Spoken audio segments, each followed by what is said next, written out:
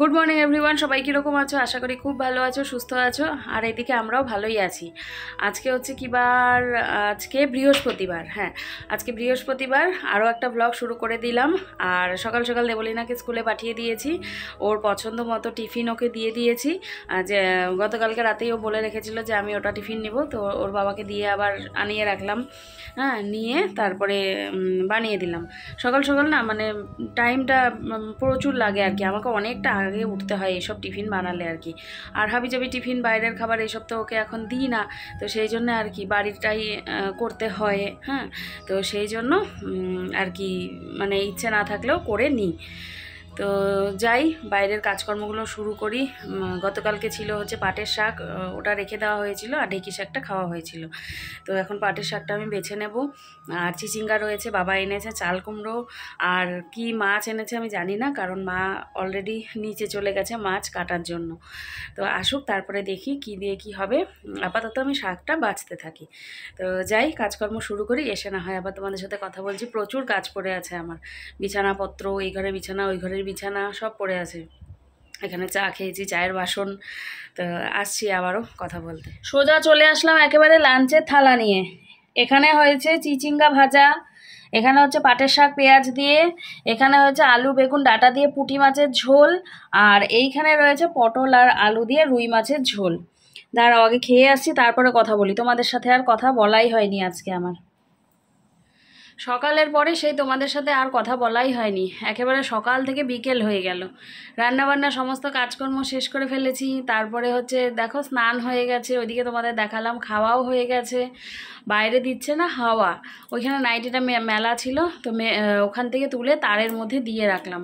কোন সময় আবার সামনের দিকে পড়ে গেলে তখন আবার নালার মধ্যে পড়ে যাবে, তো সেই জন্য তুলে রাখলাম। আর ওইদিকে দেবলীনাও স্কুল থেকে চলে এসছে, এই যে আমার কাছে শুয়েছে আজকে। আমিও শোবো ওকে নিয়ে, এই যে আমিও শুবো একটুখানি। আর আজকে আবার এডিট আছে, বেশিক্ষণ মানে শুতে রেস্ট করতে পারবো না আর কি, টুকটুক করে এডিটটা করতে থাকবো। 7টার সময় ব্লগ যাবে, ব্লগ বলছি রেসিপি ভিডিও যাবে আজকে, তো সেই এডিটটা করতে থাকবো। আর আজকে ওর টিউশন হচ্ছে 8টার সময়, কিন্তু 8টার সময় বেরোবো না, 8টার আগেই বেরোবো। ওইদিকে আবার শ্যুট নিয়েছি, শ্যুট করব, তো সেই জন্য আগের থেকে এই বাড়ি থেকে ওই বাড়ি চলে যাব, আমি শ্যুট করতে বসে পড়বো। আর 8টার সময় দাদা ওকে নিয়ে টিউশনে দিয়ে দেবে। আমার স্কুটিটা নিয়ে ওকে একটু নামিয়ে দিয়ে আসবে, ব্যাস তাহলেই হয়ে গেল। কারণ 8টার সময় যদি যাই, গিয়ে তারপর শ্যুট করতে বসি রাত 10টা বেজে যাবে, তো ওই জন্য আগে থেকেই চলে যাব। তো চলো এখন আমি এডিট শুরু করি, এডিট সেরে তারপরে না হয় তোমাদের সাথে আবার কথা বলতে আসছি। বাইরের ওয়েদারটা মানে এত হাওয়া দিচ্ছে না, ভীষণ ঠান্ডা ঠান্ডা, ওই জন্য যে দরজাটা কিছুক্ষণের জন্য খুলে রাখলাম, একটু পরে বন্ধ করে দেবো, নয়তো আবার শুরু হয়ে যাবে মশার উৎপাত। এই যে এটার মধ্যে আমি পনির ভরে নিয়েছি, দেবলীনা সন্ধ্যাবেলা টিফিনে খাবে, তার জন্য এই যে ভেতরে দেখো পনির বোঝা যাচ্ছে। দিয়ে এবারে হ্যাঁ এই যে তাও বসিয়েছি, পরোটা ভেজে দেবো। নিয়ে এসো, কী আনতে গেছিলো দেখি? পিচকু দিয়ে পরোটা খাবে। তো এখন এই যে ভেজে নিই, প্রথমে একটু সেঁকে নেব, নিয়ে তারপরে তেল দেব।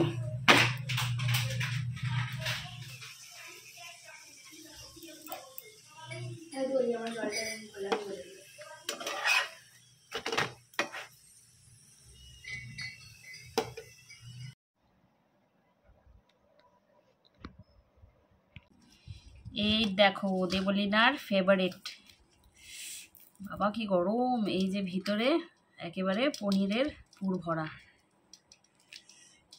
এই যে পুরোটাই এরকম। হ্যাপি? হ্যাঁ অনেক আছে ভিতরে, অনেক আছে, বোঝা যাচ্ছে না, গরম। Good evening friends.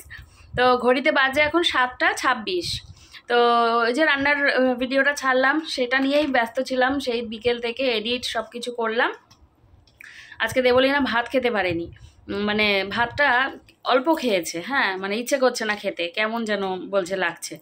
তো এবারে মানে কি বলবো, অ্যাজ ইউজুয়াল সন্ধ্যার থেকে বলছে খিদে পাচ্ছে খিদে পাচ্ছে খিদে পাচ্ছে। তো এখন কি করি, তারপরে আমি বললাম যে দাঁড়া আমি ব্লগ বলছি রেসিপি ভিডিওটা আগে ছেড়ে দিই, তারপরে কিছু একটা বানিয়ে দিচ্ছি।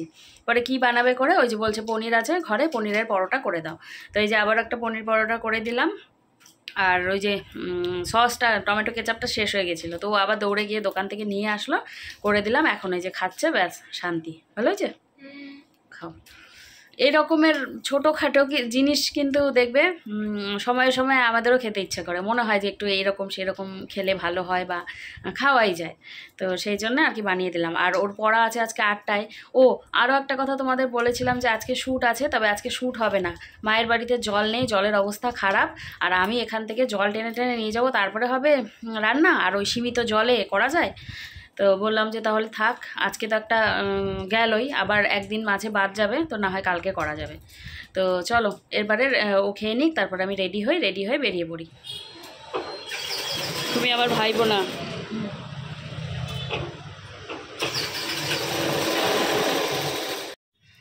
এই যে টেলারের ওইখান থেকে তো বাড়িতে এসেছিলাম, আর এই যে মা বসিয়ে দিল লতি কাটতে। অল্পই, আমার কাছে এটা অল্প, আমি যখন কাটি তখন হাফ কেজি করে কাটি। আর ওইদিকে দেখো এই যে মায়ের গাছের যে লাউটা হয়েছিল, লাউটা কাটলাম, এমন শক্ত, বটিতেই বসে না, খুব কষ্ট করে তারপরে কাটলাম। দেখলাম ভেতরটা, এই যে দেখা যাচ্ছে না, ভীষণ শক্ত। তা যাক, লতিটা কেটে দিয়েই যাই।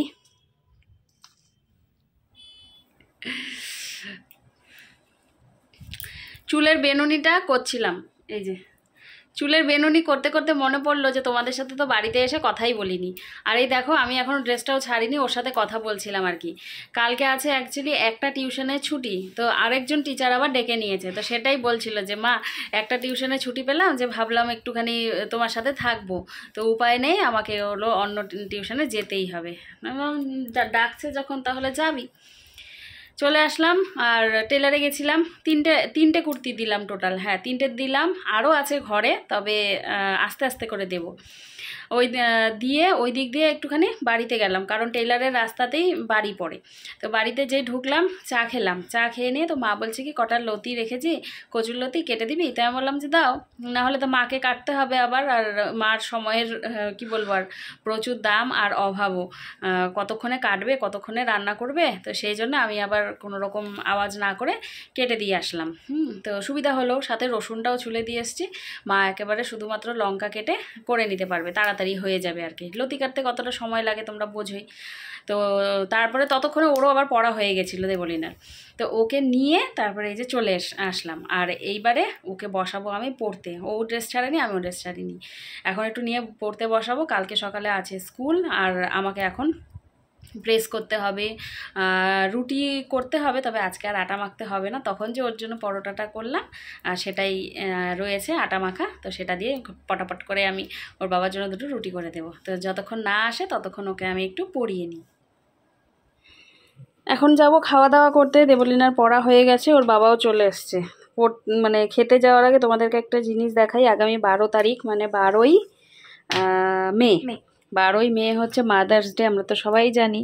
তো দেখো, ও এটা আমার থেকে লুকিয়ে রাখতে চেয়েছিল, তবে আমি দেখে ফেলেছি। এটা আমার জন্য ও ড্রয়িং করছে, এই দেখো। আরও বাকি আছে না অনেক? হ্যাঁ, এখনো এখান দিয়ে সব কালার হবে। মানে বাকি আছে অনেকটা। সুন্দর হচ্ছে।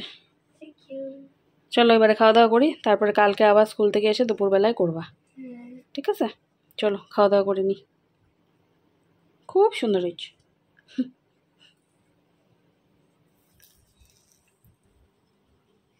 এই দেখো কি সুন্দর করে ব্রাশ ঝেড়ে ঝেড়ে, খুব সুন্দর লাগলো আমার এটা। এই যে সুন্দর,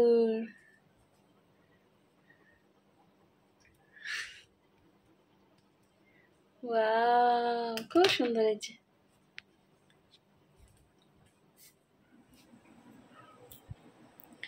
চলে আসলাম খাওয়া দাওয়া করে, অনেকটাই রাত হয়ে গেছে। দেবলিনাকে বিছানা করে দিলাম, আমি আধা করে দিলাম, ও নিজে আধা করে নিয়ে শুয়ে পড়েছে। কালকে যেহেতু স্কুল আছে, আর হচ্ছে ড্রয়িংটা কমপ্লিট করেছে। তো আমি বললাম কি যে আমাকে দে, তো ও বলছে যে না এখনই দিব না, পরে দিব, আমার আরও কিছু তোমাকে দেওয়ার আছে, সেগুলো একসাথে মিলিয়ে তারপরে দেবো। তাই আমি বললাম যে আপাতত ড্রয়িংটা দে, ড্রয়িংটা যেহেতু আমি আধা দেখালাম সেই জন্যে গোটাটাই দেখাই।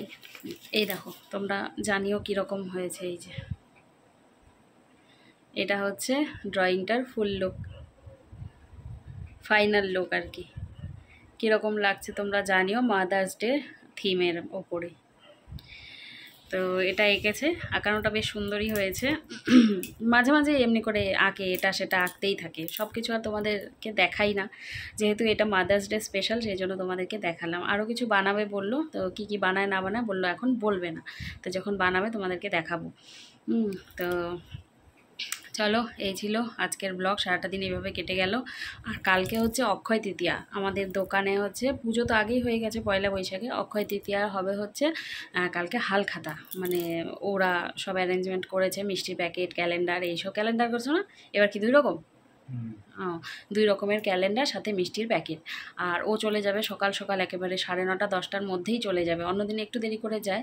আর বাবাও একেবারে ভাত নিয়ে চলে যাবে, কারণ আসতে পারবে না। ওইদিকে দাদা যাবে হচ্ছে বিকেলের দিকে, কারণ ওর পক্ষে একা মানে সম্ভব হয়ে ওঠে না আর কি, চাপ হয়ে যায়। তো দাদাও যাবে, দাদার আগে যাওয়ারই কথা ছিল, তবে দাদার একটা কাজ পড়ে গেছে দেখে দাদা বিকেলের পরে যাবে। তো এই হচ্ছে আপডেট, আজকের সাথে সাথে কালকেরও আপডেট দিয়ে দিলাম। আর তো চলো এখন ব্লগটা এন্ড করি। আশা করি তোমাদের ভালোই লাগলো। ভালো লাগলে চ্যানেলটিকে সাবস্ক্রাইব করে দিও। দেখা হচ্ছে আগামীকাল নতুন একটি ব্লগের সাথে। ততক্ষণের জন্য তোমরা সবাই ভালো থেকো, সুস্থ থেকো, আর আমার জন্য অপেক্ষা করো। আজকের মতো টাটা, গুড নাইট।